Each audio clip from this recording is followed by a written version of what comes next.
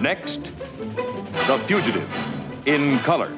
It's The Franklin Show, live from Franklin, with America's favorite adopted pup, Franklin Delano Roosevelt Lloyd Wright Sinatra Seltzer, and his friend and favorite Franklin dog adopter, Michael Seltzer. I'm your announcer guy, Shotgun Tom Kelly. You better believe it, baby. And now, here's Franklin. All right, hold it, Kimball. I'm sorry, your fare already left.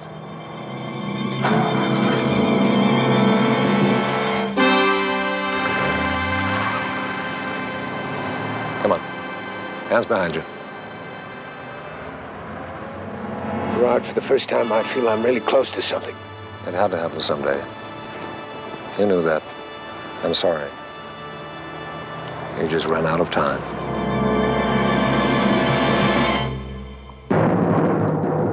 The Fugitive.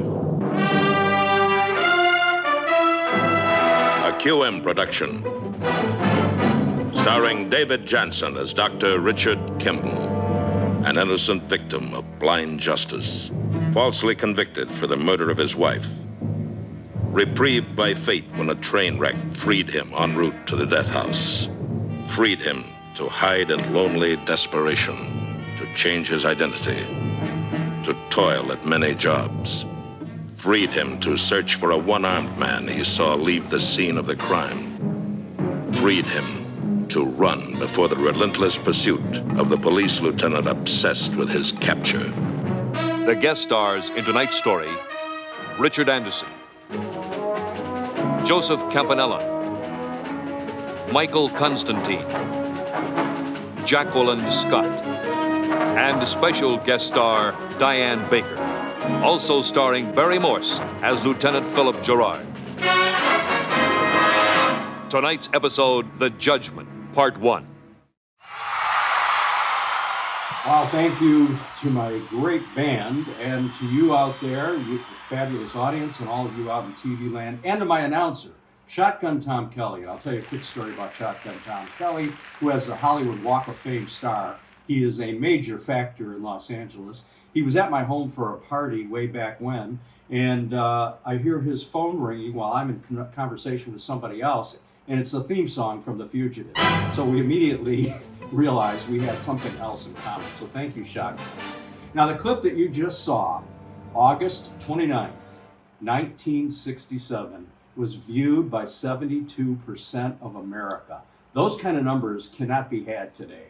And that was a record held until 1980 in the Who Shot JR episode of Dallas. The story was the climax of The Fugitive, a 4-year climax to a series that was beloved by people who were watching David Janssen as Dr. Richard Kimball in search of the man he believed killed his wife and pursued by the police lieutenant obsessed with his capture, Barry Morse. We're going to talk about all of that with a special panel of guests on this very special edition of The Fugitives on The Franklin Show, coming up right after these. For decades, I've taught you everything I know.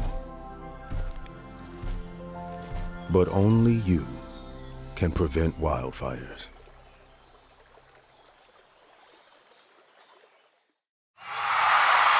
Hi, everybody. Welcome back to The Franklin Show. Franklin and I have a very fascinating story to tell, so bear with me. This goes back to 1988, and I was living in Bloomfield Hills, Michigan at the time, and I took my little 4-year-old son, Justin, to the Bloomfield Hills Library to do a little reading and playing. Of course, I pulled out Catcher in the Rye for him, trying to get him to read that. He was bored. And I started doing as I do, which was rifling through newspapers, and came across the LA Times, like to read things that might be somewhat unique to our area, get their perspective. And being a TV head, I automatically go to the TV Guide as well. And I'm flipping through the TV Guide in 1988, and I see one of my all-time favorite TV shows, The Fugitive, is airing on an independent station in Los Angeles, KDOC. at 10 o'clock weeknights. And I say to myself, God, I wish I was in Los Angeles. I haven't seen this show in decades, and I loved it. And then I'm reading the letters to the editor because I do stuff like that. And there's a story or a letter from a fella named Kevin in Anaheim, California. And he's raving about his favorite show, The Dick Van Dyke Show, which is also one of my favorites. The Dick Van Dyke Show happens to air on the very same station, KDOC, in Los Angeles at 9:30, just before The Fugitive. So I'm thinking to myself, wonder if I can get a hold of this guy. This is how I think, right? So I go to the phone book, which back in those days, you could actually find people's names, phone numbers, addresses, and it wasn't like a big, issue trying to do that. And I find this Kevin, I won't mention his last name here, in Anaheim, California. And I think to myself, I'm going to give this guy a call. So me being me, I call him up. I introduce myself with a story that's basically what I just described. I'm sitting around with my little boy at the library. I'm reading the LA Times. I come across your little letter about your favorite show, The Dick Van Dyke Show. And he's warming up to me. Okay, sounds like a normal, kind of normal guy. And I said, but the show that follows that is my all-time favorite, and I haven't seen it in decades. And God, I would love to see it. And he goes, yeah, The Fugitive. Yeah, that's a great show. I said, so I got an idea, and I wonder if you would consider it. I says, if I send you a carton of VHS tapes, which are tapes that you can record 4 hours of programming on, and I send you a case, would you consider taping the show every night? And when you get to the point where you've got 4 loaded up on a cassette, ready to be shipped, I will also include a series of stamped, self-addressed envelopes, and you can mail me the shows. And would you consider doing that? He goes, yeah, why not? So Kevin and I became friends. And I told this story to local Detroit columnist Bob Talbert. Most of us in the Michigan area know and remember him well. He wrote a daily column, and Bob was enthralled with the story, wanted to have a picture of me and Kevin. And he wrote the story in his column, and it went all over, not only just Detroit, it went over the AP, Associated Press. And so we had this notoriety, and I began collecting all the episodes of The Fugitive. One of my guests today is a fellow by the name of Bob Berger. And Bob came across the article through the Associated Press, and he too was a Fugitive fan. And he reached out to me, and we met. He lives in Chicago. And long story short, Bob will tell it when we get him on the air. Bob and I had the good fortune of going out to London, Canada, Toronto, Canada, actually, to meet Barry Morse, who played Lieutenant Gerard on the TV series. How that happened was simply this. I wrote a letter to the agent representing Barry Morse. I was in the media business. I knew how to get a hold of people. Said, I'm a big fan of The Fugitive. I would love an opportunity to meet Barry. I know he's in Canada performing a play called Merely Players. And lo and behold, I get a phone call back from this talent agency, Noble Talent. And they said, Mr. Morse has agreed to meet with you. And we have a date and a time. And lo and behold, Bob Berger and I got on the train, or flew, I'm not sure which. He from Chicago, me from Detroit. We went out and met Barry Morse. So that's that story. And there's so many of these stories. But I want to introduce some of the people that are part of this crazy group of what I call the Fugitives. And so I'd like to bring out the commander, if you will, who started the Fugitives convention. And he is here, and he's dialing in from San Antonio, Texas. Ladies and gentlemen, T-Bob, Texas Bob Reinhardt. Welcome to the Franklin Show. Are you there, T-Bob? Thank you, Michael. Yes, sir. Yes, sir. Thank you for having me. Thanks for having me. Glad to be here. Being here. So Bob, now I see Bob Berger coming on. So I'm gonna wait.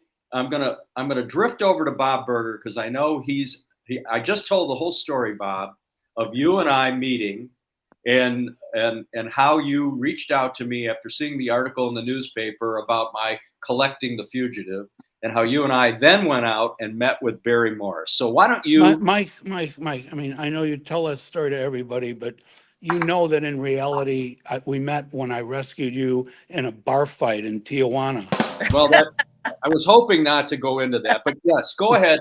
Tell your version of the story, and then we'll continue this interview. Go ahead. All right. Well, Mike was in this game. Well, never mind.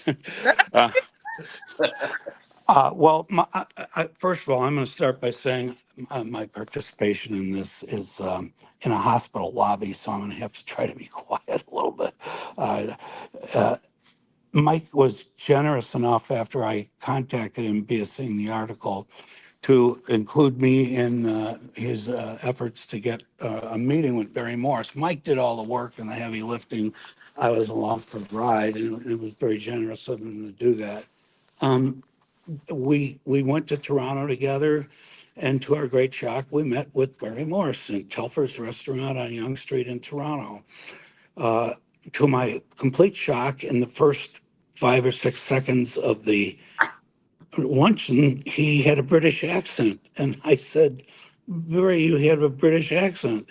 Had one all my life, he said. I said, but you played an American police detective on television. And he said, well, it's this wonderful thing we call acting.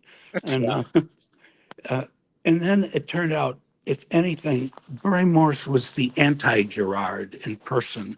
It was a tribute to how great of an actor he really was.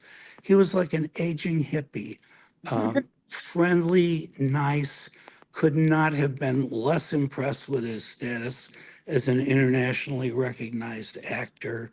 The nicest man you would want, unlike the uptight, very society wired Gerard.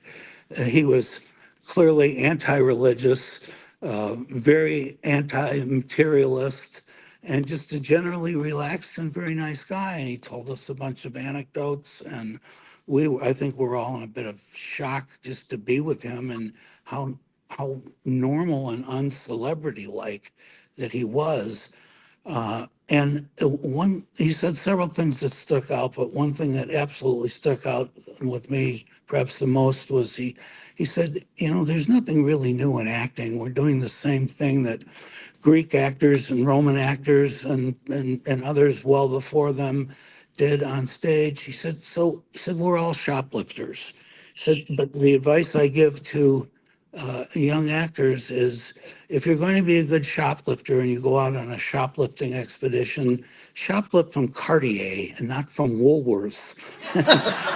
it was just quite a bit of insight. And he said something else that stuck with me when he noticed it. He said, these small things in life that change the complete direction of where our life is going and how we're going to live.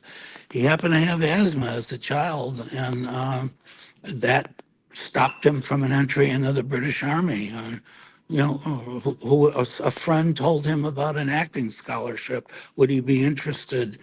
And I just came away with the impression of how little we understand what the human being behind the actor is, because this man put on the manners and airs of a uptight, highly societally compelled police lieutenant, and it was just nothing like that in person.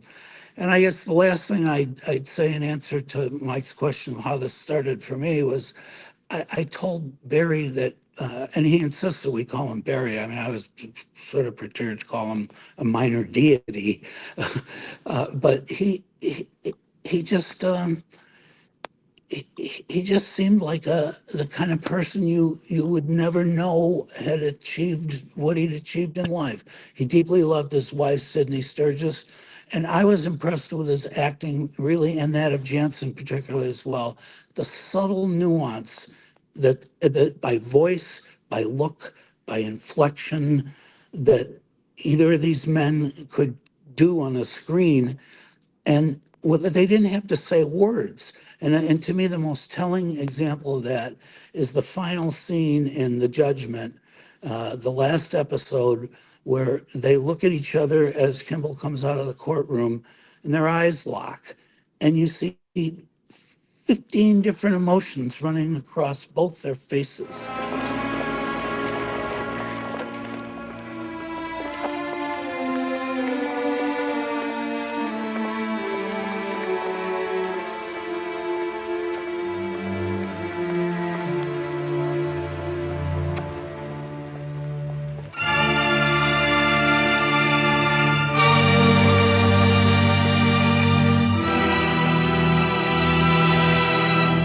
It's just amazing to me. We all try to communicate. Words are usually the way that most of us try to communicate, but these people didn't need words. They were that good. So, and then Mike was kind enough on several other times when he had Barry in person or on the phone. Mike was kind enough to get me on the phone with Barry again. A most generous man. Uh, in his ability to relate to those of us who don't have that same celebrity status. And, again, last comment on this, like I said, I was along for the ride. Mike did the heavy lifting here, and I will always be grateful for an experience that I found one of the greatest things I've ever had in my life. Well, let me tell you something. I cherished that opportunity. It was unique. And it was great happenstance, and I was happy to be able to bring you along because you are an articulate, intelligent, very young, retired healthcare executive. You and I formed. I quit when I was 49 years old. I'm in my 25th year of retirement. Right, and I was always so impressed with that. And Bob, because he lived in the Windy City, Chicago, and I had many clients there, Walgreens and True Value and Ace Hardware. I was in and out of Chicago on a regular basis. It would be nothing for Bob to drop everything to meet me for lunch or for dinner. Our wives got to know each other. They loved each other. And we've had some great Mike, you experience. had clients, you had a lot of clients in Chicago. To obtain them, you must have engaged in a search in a Windy City. Well, I was going to bring that up, Bob. That was a big episode, and we will be showing, not only will we show the clip that you alluded to, the final scene in The Judgment, which aired on August 29th, 1967 to 72% of America. That scene where Kimball is walking out of the courtroom and Gerard approaches him on the sidewalk, and they look at each other, and as you described, in glancing and a handshake, they said everything. Now, Barry told us that they had written a script for the two of them to speak to each other. And both of them, as talented professional actors, said, there's no words necessary in this scene.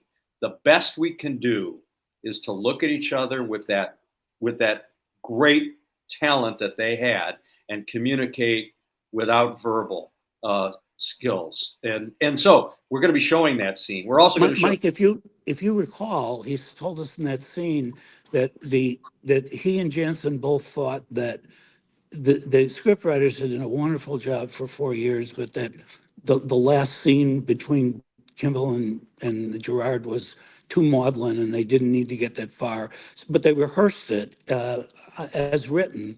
And at the end of it, Barry leaned over and kissed Janssen on the head. that told everybody that perhaps they needed a different approach. I forgot that.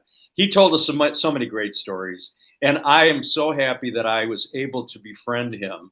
And I will say that the friendship continued right on to his passing. We stayed in touch with each other. And in 1992, when the Harrison Ford movie came out, and it was a big, big deal, I had the idea to call the general manager of the CBS affiliate in Detroit, where I live, who I knew, and also knew that he was a Fugitive fan.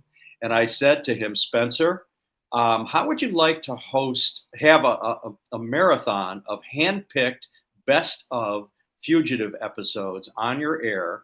Let's do it all night long, starting at, say, 11:30 and run it all night long. I'll pick the best episodes of The Fugitive.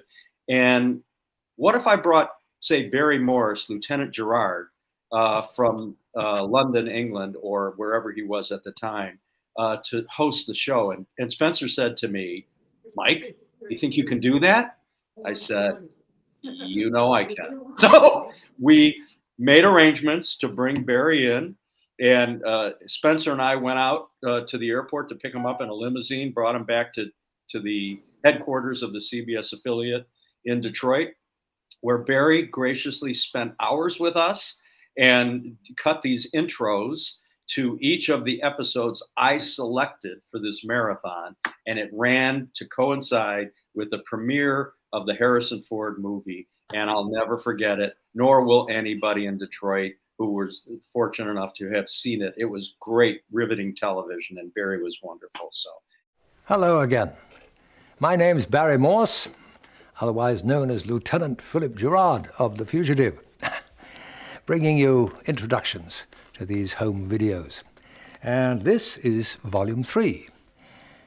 I see that it was originally aired on February the 4th, 1964, and therefore relatively early in our immensely and to many people surprisingly successful first season. David Janssen, our hero, whom I got to know very well and to like very much throughout the years that we worked together. At the point when he came into this series, he had had a moderately successful television series before, in which he played a private eye character called Richard Diamond. And the interesting thing about this series was that, many of you who've seen it will remember, that he had a girl sidekick, a kind of girl Friday. But you never saw anything but her legs. This girl, whenever she appeared across the desk or walking down a corridor, you would see only her legs. And they wanted to engage a pretty young girl, of course with beautiful legs, to play this part. And who was it, I hear you cry, who played this part, showing nothing but her legs? Well, it was the then very young Mary Tyler Moore. Anyway, David Janssen, our hero, soon became immensely popular, especially with the ladies, at the same time as Lieutenant Gerard became immensely unpopular. Anyway, this episode is called Search in a Windy City, being, of course, Chicago. And unsuccessfully combing through Chicago after getting a tip that the elusive one-armed man might be in that city, Richard Kimball finally turns to a newspaper columnist named Mike Decker for some help. Decker has always been sympathetic to Kimball in the columns that he's written, but he now finds himself in need of a really big story to save his own career. So, knowing he'll need a lot of money to get his small army of informers to find the one-armed man, Decker promises his publisher either to find the one-armed man or to turn Kimball over to the police. Well, Gerard hears about Decker's activities from the Chicago police, and he determines that Decker must be hiding Kimball himself. So, with mounting pressure from the publisher and from Lieutenant Gerard, and believing his plan has failed, Decker then has to decide whether to turn Kimball over to Gerard. Our guests for this episode were those wonderful actors Pat Hingle as Decker and Nan Martin as his wife. Here then is Volume 3, first part, Search in a Windy City. That was a great story. Bob, I know you're in a hospital setting, and I apologize to my audience for the shakiness of Bob's presentation. He is an articulate, intelligent, and a great friend. And I'm grateful that you were here for this portion of the show. So you can stay as long as you want. I'm going to move on now to Texas Bob Reinhardt, who started the Fugitives Convention.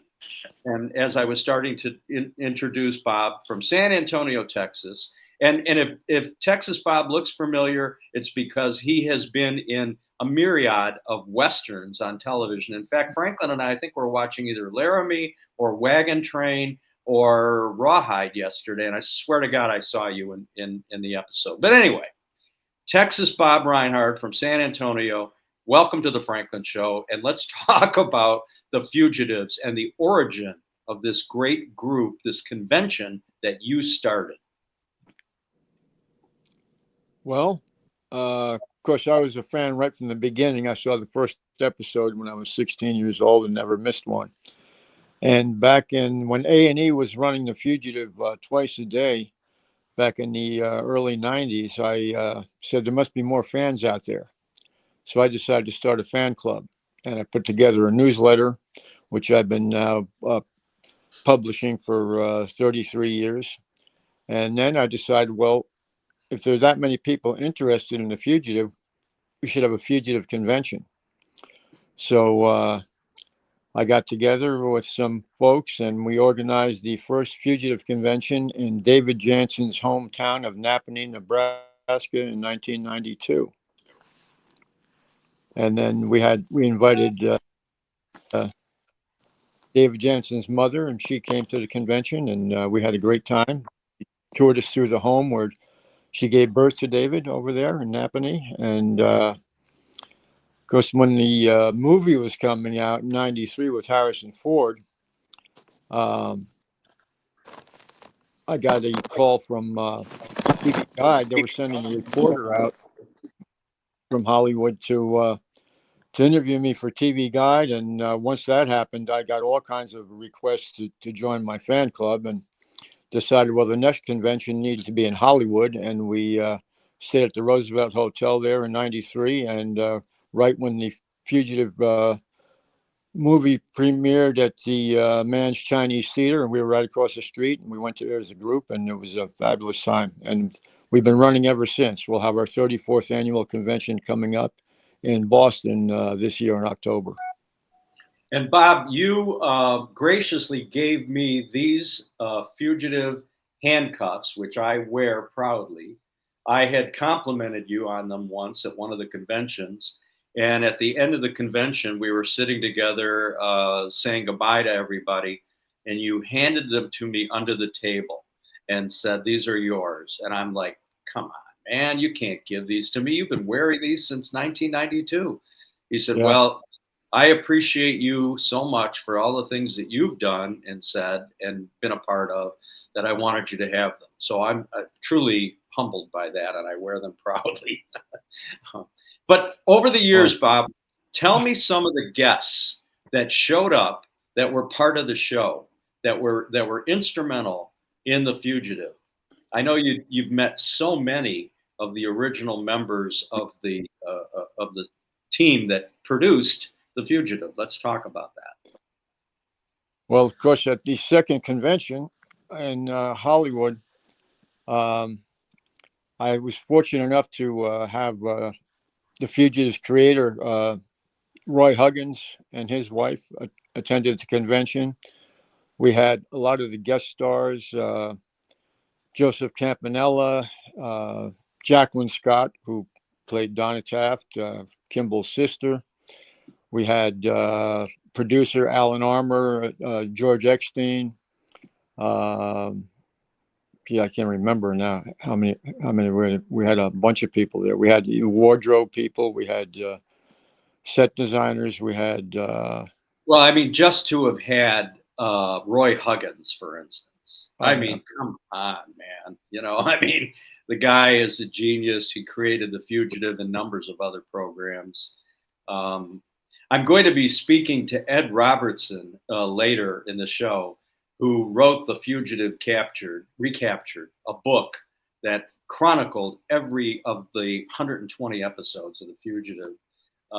And of course, he has interviewed on his radio program numbers of members of the former Fugitive group and has great stories to tell about that. But I mean, meeting Jacqueline Scott, for instance, who just recently passed away. I'd never had the opportunity to meet her. She played Richard Kimball's sister. There were some incredibly emotional, moving scenes with her and David Janssen. And I mean, I'm just in awe of any of you that had the opportunity to meet her, as well as numbers of others that were instrumental in the series. It was truly an amazing television program. And for this reason, in my opinion, the character, you had so much sympathy for him. David Janssen was a genius actor. I mean, he did everything, and he did everything differently. He was Richard Diamond, private detective for 3 years prior to The Fugitive. Then he did The Fugitive for 4 years. Then he did an incredible show called Harry O, which is a show that should have run for years, but didn't. It's currently airing on MeTV as well, The Fugitive. And it's truly a tremendous show in the style of the Rockford Files, the character that he had created. He was a great actor, and we sadly lost him in 1980. I'll never forget that, when he died suddenly at the age of 49 years old. So none of us ever had the opportunity to meet him, and that troubles me to this day. What an amazing talent David Janssen was, and there's so many fan clubs, Facebook pages. And speaking of Facebook pages, we have with us another great guest, Joyce Andrews from the beautiful city of San Diego, California. And Joyce calls herself Donna Taft, which was the character that Jacqueline Scott played in The Fugitive, and is known to most of us as Donna Taft. But Joyce, you started the Facebook page for The Fugitives, yes? No, actually, it was a man named Lou. I forget his last name. He's since passed away, and he and Becky it's a public, Facebook page. And when I got on Facebook, I, being me, searched for The Fugitives, or fans or David Janssen. And that one popped up. It's a public one and probably has the most people, over 15,000 people now, technically come and go. And because I would answer, or post or, post comments, Becky and this Lou asked if I would be interested in being another admin or a moderator. And at first I said, no, not really. I just enjoy kind of, helping out whenever I can. So then they came and asked me again. So I said, well, okay, I'll be a moderator. And then Lou, he was getting older, and he and Becky also had other fan sites. Like Becky has John Denver and the Andy Griffith Show. So to help her, I said, okay, I'll be a co-admin and moderator. So I've been doing that now, for several years, it seems. You do a great job, because there are an awful lot of posts. I mean, every day somebody posts something about The Fugitive. Now, it helps that the show continues to air now for a decade on MeTV. Yes. I mean, we know the history of this show was when it concluded in 1967, and everybody understood that Kimball was innocent, which he claimed throughout the years. There was a big debate at ABC about concluding the show. They were originally going to just cancel the show because David Janssen had said, even though they were throwing a ton of money at him for a 5th season, he was exhausted. It showed. He was in almost every scene. It was a very physical show because it moved around the country. And supposedly Kimball was in all these, tireless environments where he was not only trying to work and make a few dollars, he was trying to elude being arrested by the police, and also trying to find the man who killed his wife. So he was in almost every scene. And by the time the 4th season came around and it was 120 episodes in, he was aching and he was exhausted, and he had been smoking too much, and he just couldn't do another season. So the show ended. And initially, the story goes, they were just going to let it end with no conclusion. And Leonard Goldenson, who was the president, I think, of ABC, had decided that the fans needed to have some sort of a climax, some sort of a conclusion. And in the late summer of 1967, in August, just before the start of the new fall season, they decided to put this 2-part episode called The Judgment on the air on August 22nd and August 29th. And that concluded the show and showed that Kimball was indeed innocent. He was not making up this story about a one-armed man. I won't describe the resolution to the show, but everybody who knows it knows it. And then it virtually vanished. It was no longer a show that they felt could be syndicated with the same level of interest. It appeared in a few places here and there, and it ran on ABC in afternoons for a year or so. But for about 20 years, unless you were lucky enough to live in Los Angeles and KDOC aired it, as I described earlier, or other handfuls of stations around the country, until A&E picked it up in 1990, none of us could see The Fugitive. So that was an incredible rebirth of the show. And of course, it dovetailed with the Harrison Ford movie, which has gone on and won every award necessary. And, it was a great way to pay tribute to a great television series. But my point is simply that when you think about it now, going back 50, 60 years, the fact that people are still enthralled by this, that there are websites, there are fan clubs, there are newsletters, one of which Bob Reinhard produces. There was the TV Collector. There were a number of other fan publications, that people still have an interest in this show. And this show that we're doing today, this tribute, I think is going to be a highly watched show, because I'm going to post it all over social media where the Fugitive fans are. So, Joyce, thank you for being the administrator, moderator, whatever it is that you've done. Mhm.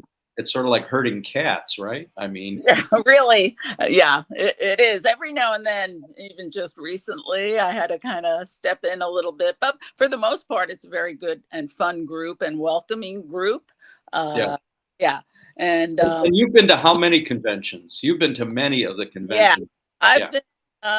The first one I went to was Reno, because I was kind of taking care. I was an only child and taking care of, my parents were getting elderly and stuff. And when I saw that they were going to meet in Reno, I said, well, that's an easy, flight. I'll do that. I had no idea that then they vote like at a Saturday dinner at that time on where they're going to meet the next year.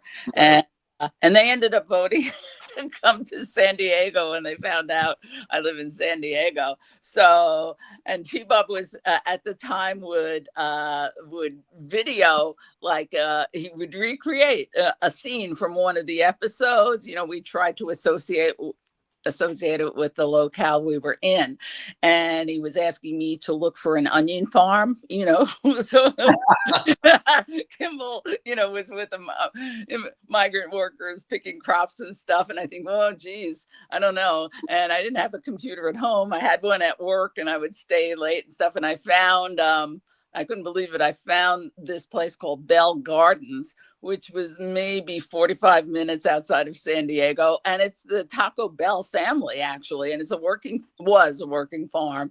And we, and at the time we had no GPS in cars, no cell phones. And I picked this hotel in Hotel Circle that was central. And then I had a caravan of maybe 7 or 8 cars trying to follow me in my car and not get lost, 45 minutes, on freeways and side roads and stuff. But it was fun. I mean, it was baptism under fire. There were 2 people who came from England who didn't know each other. Right. One from London and one from Christchurch. We had 2 sisters from France who come every year. Right. Yeah. Catherine and what's your sister's name? Isabel. Yeah, right, yeah. right. Right. And people from, various states.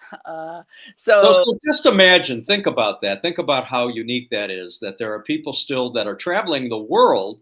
Mhm. And Bob says the next one is coming up in October in Boston. I'm sure that'll be on the Facebook pages and on social media, and I'll put it up as well. Right. This could be the biggest one in years. Who knows? Mm-hmm. Yeah. All right. I'm going to wrap this up. We have done some really, really interesting interviews on this show. I want to thank my guests, Bob Berger and Bob Reinhard and Joyce Andrews, for your contributions. And I'm going to be showing some clips from the show. But right now, the 3 of us are going to sit down and play the Fugitive game, which I have right here. And we'll do that virtually during the commercial break. And but thank you guys for being here today. I hope you enjoyed it as much as I enjoyed having you.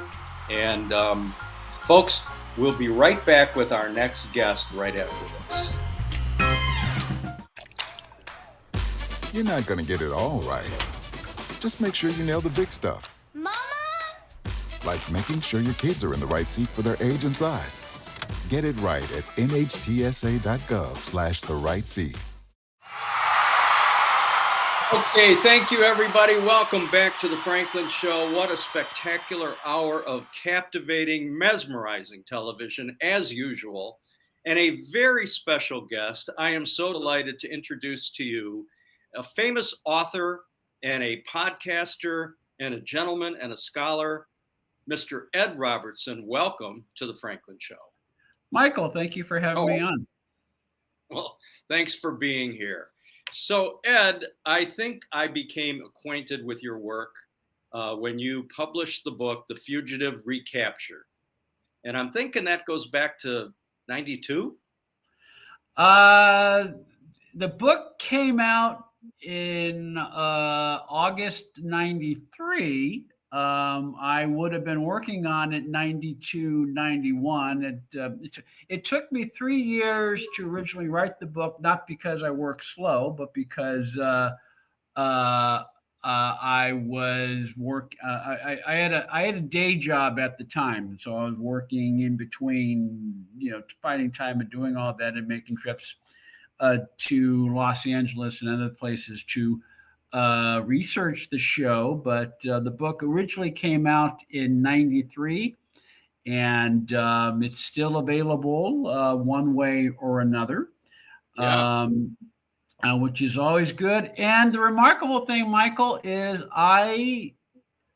when you release a book, you hope it will have the reception you think it's going to have.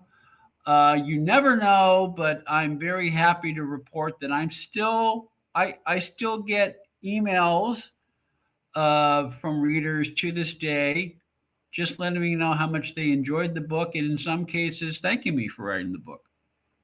Well, I will tell you this: it was a work of art for those of us who are captivated, no pun intended, by The Fugitive, and of course that period. And I've described in the previous segments of this program with other guests the many steps that occurred between 1963, 1967, and the early 90s, when A&E started running the show twice a day, ultimately for a decade, after we hadn't seen it in a long time. And then, of course, the Harrison Ford movie that recaptured the entirety of the enthusiasm for the show in 92. And so your book, obviously well-timed. Obviously, I'm assuming you knew that the Harrison Ford movie was coming out? Well, not only did we knew the Harrison Ford movie was coming out, at the time I began writing the book in the summer of 90. It was the Alec Baldwin movie, not the Harrison Ford. Alec Baldwin to the Fugitive movie, and then for one reason or another, he dropped out, and Harrison Ford entered the picture. And so while we knew the book was, the movie was coming out, and we worked once I made the deal with Pomegranate Press to publish The Fugitive Recaptured, we did our best to time the book as close to the release of the movie as possible. We had no idea that the movie would explode and really tap into the public consciousness and really resonated with viewers the way many great blockbuster movies do, and it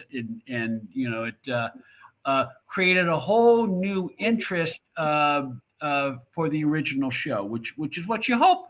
Which is what you hope a movie will do. I mean, any good story is worth retelling, so long as it's true to the concept and the characters. And while you can't redo the series in 2 hours and change, which is what the length of the movie was, so long as it captures the essence of the original series and does it in a way that, you know, connects with new viewers while also drawing people back to the original source material.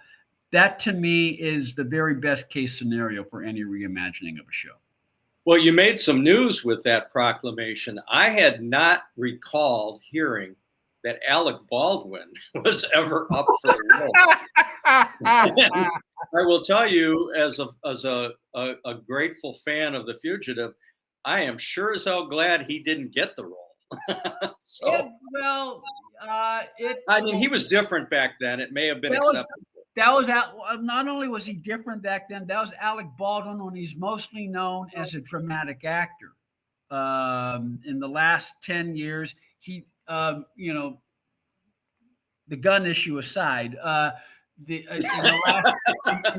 last 10, 15 years, he's reinvented himself. He did a Leslie Nielsen. He reinvented himself as a comic actor. And so we mostly think of that's true. As a comic actor. But as he was in 30 Rock, I certainly appreciated his work. I didn't appreciate much else, but I certainly think that Lieutenant Gerard would have a hell of a time with him today with the gun charge. So yes, all right. Yes. Well, you mentioned, going back to the movie, one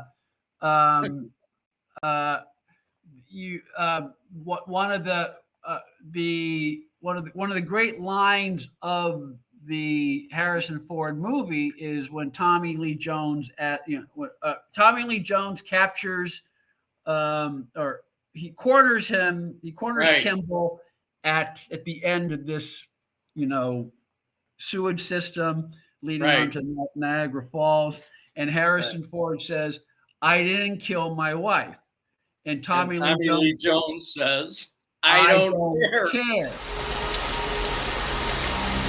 I didn't kill my wife. I don't care." Which was very much in the spirit of the character of Gerard. According to Roy Huggins, that was not in the script. Jones came up with that in the moment.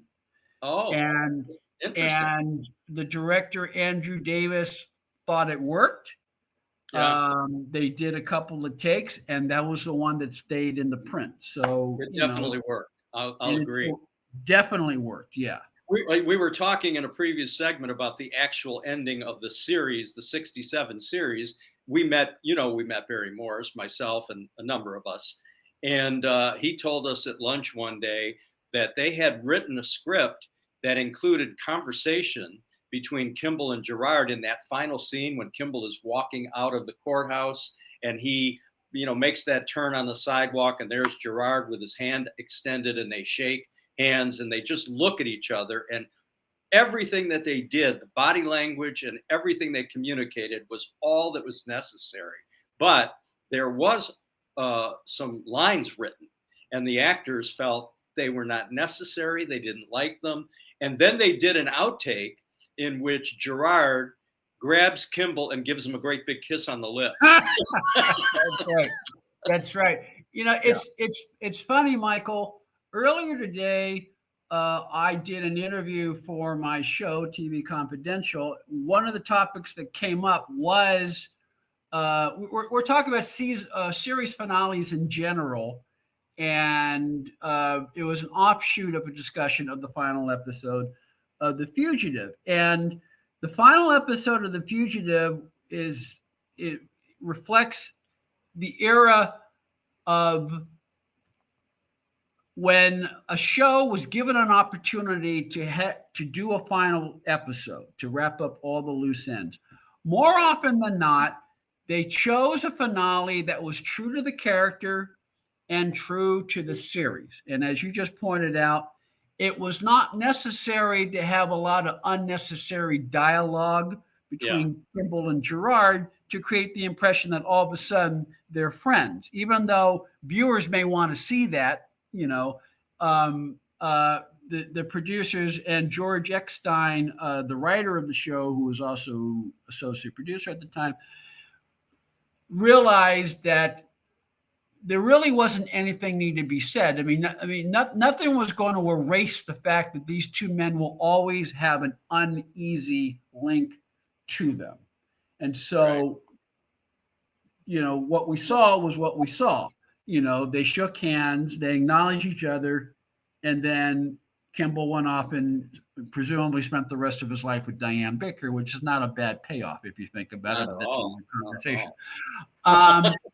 Whereas today, if they were to remake that show today, it would, because we live in an era of social media, and because almost every production staff in television has a designated person, usually an intern, whose job it is to pay attention to social media and reaction. So there's a more often than not, what social media reaction is factored into the decisions that, make a final episode a day, which is not necessarily the best thing for the show. True. No, that was a major event. We've described that in great detail. Now, your book, obviously, you must have done a lot of research, and you got the opportunity to meet a lot of people. Yeah. And yes, I did. And thank you, by the way, for prominently displaying this on the landing page of the Franklin Show. I appreciate that very much.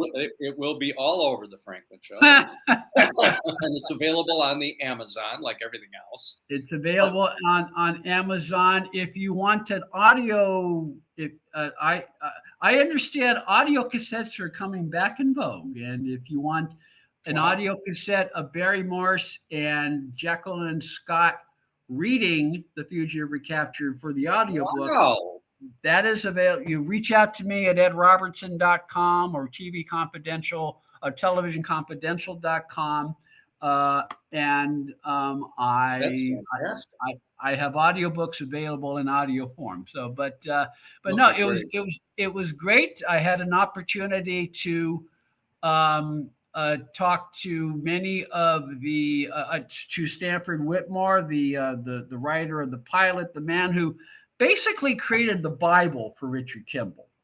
That the producers of the show and many of the writers of the show did their best to stick to, as even while writing within the confines of episodic television, which didn't always have which didn't always place the importance of continuity that it is today. But when they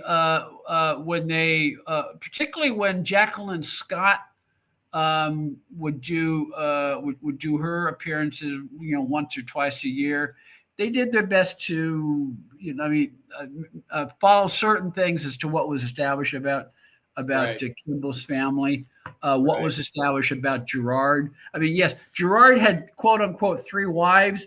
He only had, but he had 3 actresses who played his wife. Right. But he only had 1 wife, and because by the practicalities at the time, the actress who played her the first time either wasn't available or whatever. So that was why he was the character Marie Kimball was recast as Barbara Rush a couple of years later. The fun thing is Kimball originally had a brother. Kimball's brother, played by Andrew Prine. Kimball's brother went the way of Chuck of Happy Days. He disappeared. He never heard from him again after the first season. I do remember that. Yeah. Well, the truth is that it was. There were many great performances by many great actors in that show, and they're still as exciting today as they were back in the 60s, and as popular today as they were back in the 60s, maybe even more so. I don't know. So it's still available. It's I believe one of the cable channels still shows it on the weekend. I think MeTV has been showing it for a decade. And now, Ed, after The Fugitive on MeTV every Sunday night, they are presenting Harry O, which was another outstanding David Janssen performance. And Yes, in the vein of Rockford Files, which I know you've written a book about the Rockford Files, yeah? And speaking of Harry O, I have a new book out called Men of Action. It's available Amazon.com, cuttingedgebooks.com. It takes a look at 4 shows that each in their own way help contribute to the landscape of television as we know it today. One of the shows I take a look at in Men of Action is Harry O. Wow. Well, I'll tell you, I want to get my hands on that because Harry O is also just an unbelievably well-produced, well-acted show. It was Janssen's final television performance, and he was obviously disappointed when it was canceled after 2 years. It could have gone on. His final performance as the lead of a television series. He did. Correct. He did other movies, and he did other movies, and he did a mini series as well. And Centennial. Yes, and Centennial. That's right. And the 11 episodes they filmed in San Diego were almost like a novel made for television. In many ways, it took an HBO approach to episodic series television 15, 20 years before HBO started doing that. So it was ahead of its time. Men of Action, we cover Harry O in great detail. And for that book, as well as my current book, the FBI Dossier, deep dive into Quinn Martin Productions, talk to many of the people behind the scenes of the FBI, many of the guest stars, and gives you an understanding of how Quinn Martin Productions operate and why Quinn Martin was one of the great purveyors of American dramatic television. Franklin agrees. Yes. Franklin agrees. Sorry about that. Boy, that's okay. We've had a lot of cameo appearances of animal friends on my shows. So let me ask you a question. Did you ever get to meet Quinn Martin? Never got to meet Quinn Martin. Quinn passed in '87. I was still in college at the time. Yeah. Quinn Martin shows were part of the soundtrack on my life, so to speak, because at one point, what a body of work. Oh no, Gary Lockwood once he put this very well. I talked to him for the FBI Dossier, but he said the great thing for an actor is if you got on the radar of either Quinn Martin or the casting people of Quinn Martin Productions, particularly in the early 70s when Martin had more than one show. At one point, Martin had five shows on network television. So if you were an actor, whether you were a lead actor like a Gary Marshall or a character actor like a Vaughn Taylor, guy who always seemed to play people in their 70s, even though he was only 50, but he looked older than he did. But he had a nice, run of work. Whether you're a character actor or a lead actor, if you got in the Quinn Martin casting people's radar, that meant you had at least 5 or 6 roles every year that you can count on. Yeah. Which not every actor, can say. And so, Quinn Martin was the producer of Cannon, Streets of San Francisco, Barnaby Jones, The New Breed with Leslie Nielsen. Leslie Nielsen, which was his first show as an independent producer. He did The Invaders with Roy Thinnes. Oh, right. Right. Many others. A lot of movies of the week. He did Dan August. The pilot with Dan August had Christopher George. For Christopher George had a choice in that he made. Linda Day George told me this. He shot 3 pilots that year, one for The Immortal, one for Dan August. and a third, which escapes me. All of them sold, which is very rare, which means he had a choice of which project did he want to do. Yeah. And so even though he had worked with, even though he'd done, he had done the FBI, he appeared on other Quid Martin shows, he chose to do The Immortal, which left Burt Reynolds available to do Dan August, which is another great show. Well, Ed, I've got to wrap this up. It's been a thrilling interview, and I'm very appreciative of you. And you've got tremendous books that people will find on Amazon. If you type in Ed Robertson, you're going to see them all populate. The FBI is another great series that is now available. I'm starting to watch it again for the first time in years. I think it's on Freebie. Yeah, well, it's on Freebie. It used to be on Tubi. It's now on Freebie. It's available. On demand. Great. Yeah, for free. Yeah. Great show. So thank you. And also the TV Collector, which is your daily or weekly podcast. TV Confidential, not to be confused with, There was a publication called the TV Collector, which was one of the things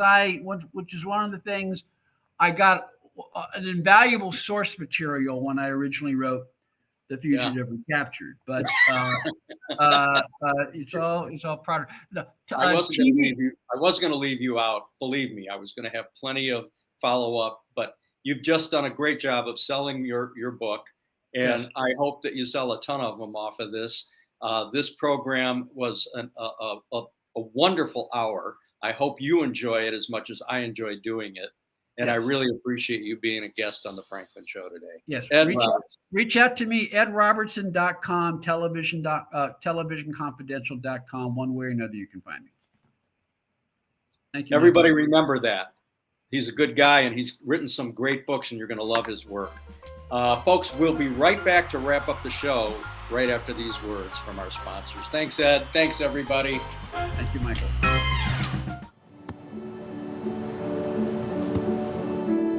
I don't remember how it started. Go to that. Our back and forth. It always came back. Dad! You probably don't remember what you told me. That was perfect. But I heard every word.